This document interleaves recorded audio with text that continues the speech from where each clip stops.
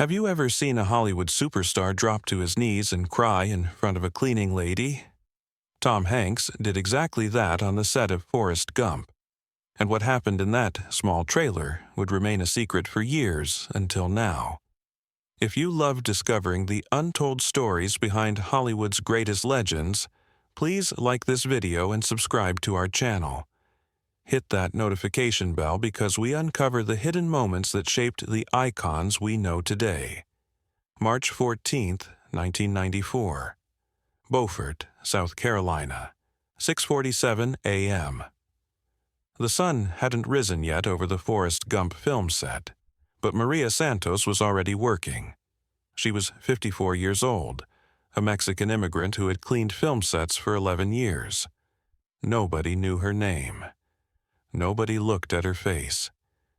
She was invisible, just another woman with a mop and a bucket, cleaning up after people who made more money in a day than she made in a year. Maria arrived at the set every morning at 5 a.m. and left at midnight. She cleaned the trailers, the bathrooms, the cafeteria. She picked up cigarette butts and coffee cups and the endless trash that famous people left behind without thinking. The other cleaning staff called her La Fantasma, the ghost, because she moved so quietly, so invisibly, that actors would sometimes change clothes right in front of her, not even noticing she was in the room. But Maria noticed everything. She noticed which actors said please and thank you, and which ones treated her like furniture. She noticed which directors screamed at their assistants and which ones brought donuts for the crew. She noticed the small kindnesses and the casual cruelties that happened when people thought nobody important was watching. And she had noticed Tom Hanks. He was different from the others.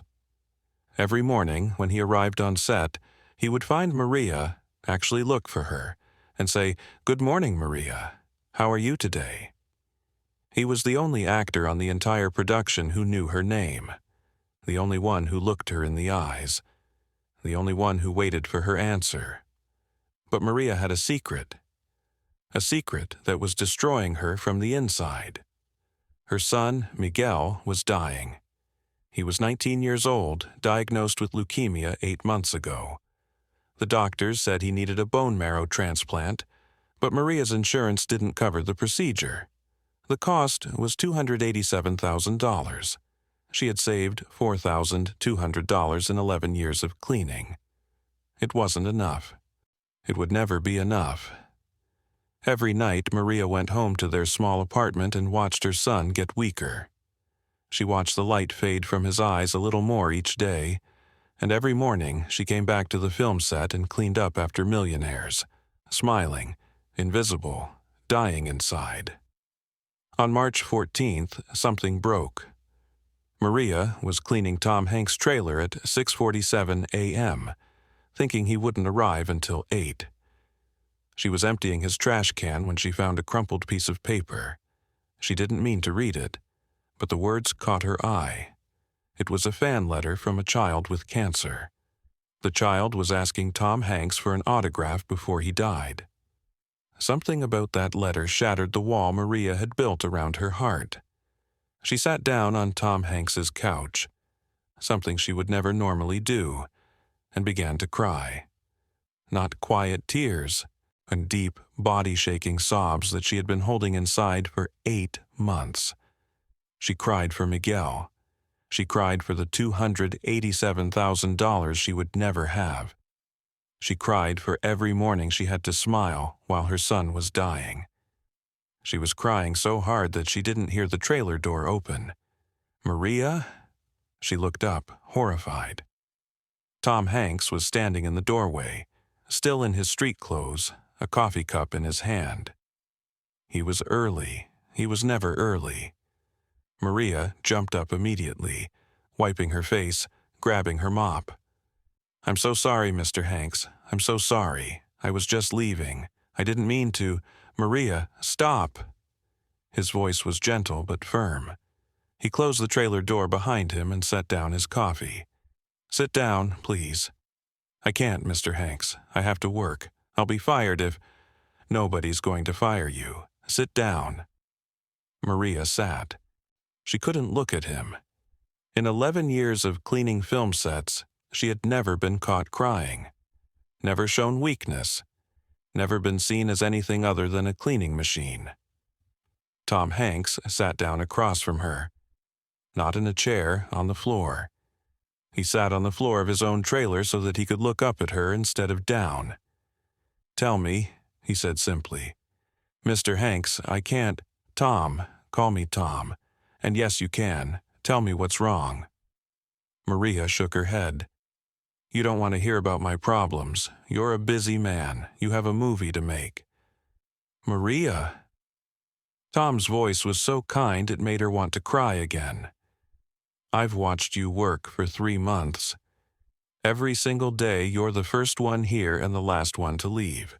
You work harder than anyone on this set, and in 3 months I've never seen you stop smiling. But that smile doesn't reach your eyes. Something's been hurting you. Please, tell me." And so she told him. She told him about Miguel, about the leukemia, about the bone marrow transplant that cost $287,000, about the insurance that wouldn't cover it, about watching her son die slowly while she cleaned up after people who spent that much money on cars. She told him about coming to America 30 years ago with nothing, about working 3 jobs to put Miguel through school, about how he was going to be the first person in their family to graduate from college, about how he wanted to be a teacher. She told him about the nights she stayed awake, doing math that never added up, about the prayers that seemed to go unanswered. And Tom Hanks listened. He didn't interrupt. He didn't check his phone.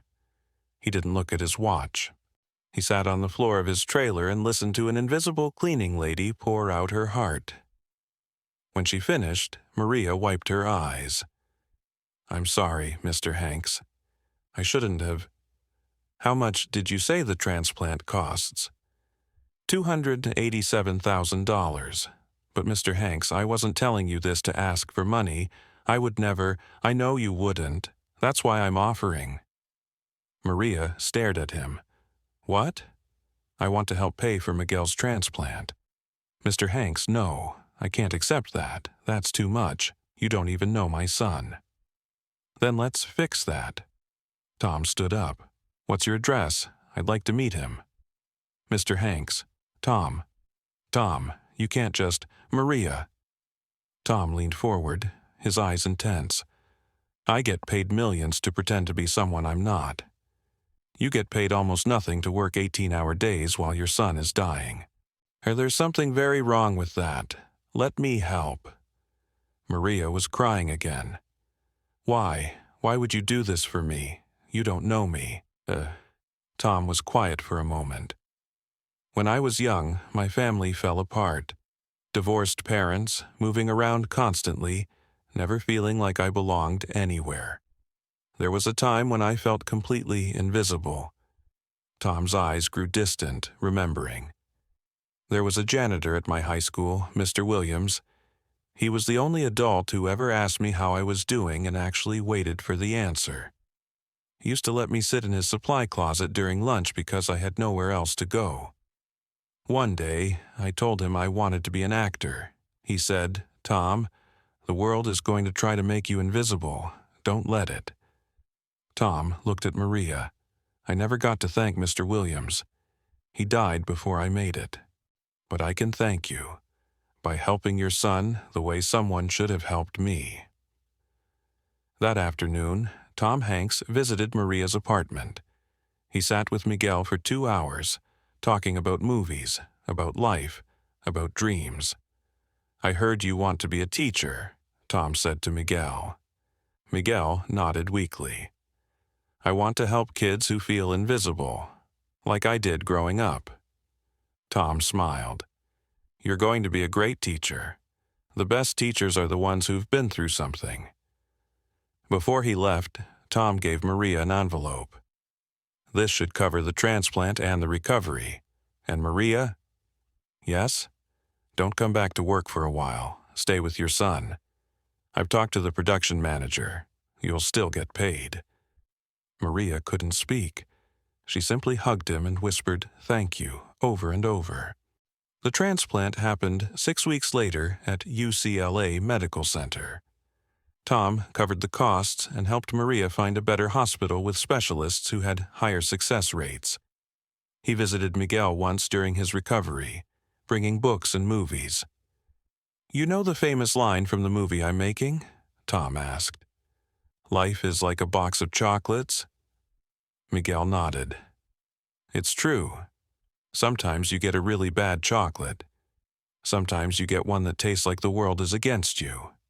But you keep going, because the next one might be the best one in the whole box." Miguel recovered. The transplant was successful. It took months of difficult recovery, but slowly the cancer went into remission. Maria went back to work on other film sets. She was still a cleaning lady, still invisible to most people.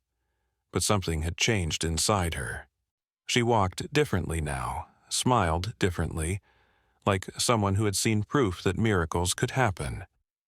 1 year later, Maria watched from her living room as Forrest Gump won the Academy Award for Best Picture. She cried when Tom Hanks won Best Actor. Not because she was sad, because she knew who he really was behind the fame. A man who sat on the floor to talk to a cleaning lady. A man who saved her son's life without asking for anything in return. Miguel graduated from college in 1999. It took him an extra year because of his recovery, but he made it. Maria sat in the front row, crying the whole time. He became a teacher at a middle school in East Los Angeles. Not a famous teacher. Not a teacher who won awards or appeared in newspapers.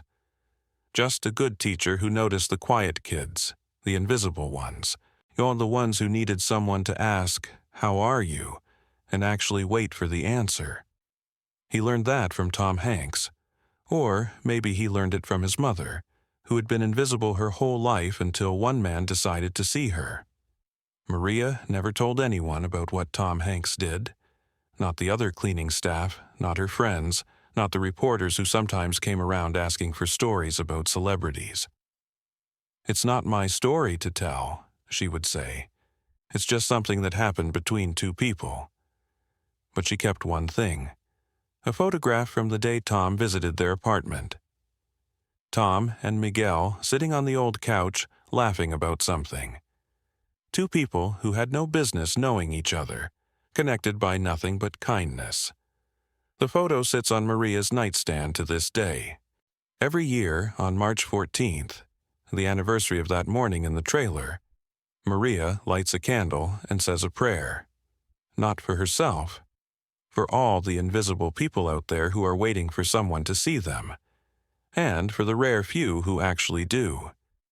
Tom Hanks and Maria never became close friends. They didn't stay in regular contact. That's not how life works. But every few years, Maria would send a Christmas card to his production company. Just a simple note. "Miguel is doing well. Thank you for seeing us." And every year she would get a card back. Just a few words. "Tell Miguel to keep teaching those kids, the invisible ones need him." That's the true story of the cleaning lady and the movie star. There's no big Hollywood ending, no dramatic twist. Just a simple truth that most people forget. Every person you pass by, the janitor, the waiter, the cleaning lady, they all have stories as big as yours. Dreams as important as yours. Pain as deep as yours. Most of us walk right past them. Tom Hanks didn't, and that made all the difference. Maria Santos is 84 years old now. She retired from cleaning 10 years ago. She lives with Miguel and his family in a small house in Montebello. She still has that photograph on her nightstand. And every night before she goes to sleep, she looks at it and remembers the morning a famous man sat on the floor of his trailer, looked her in the eyes and said, "Tell me."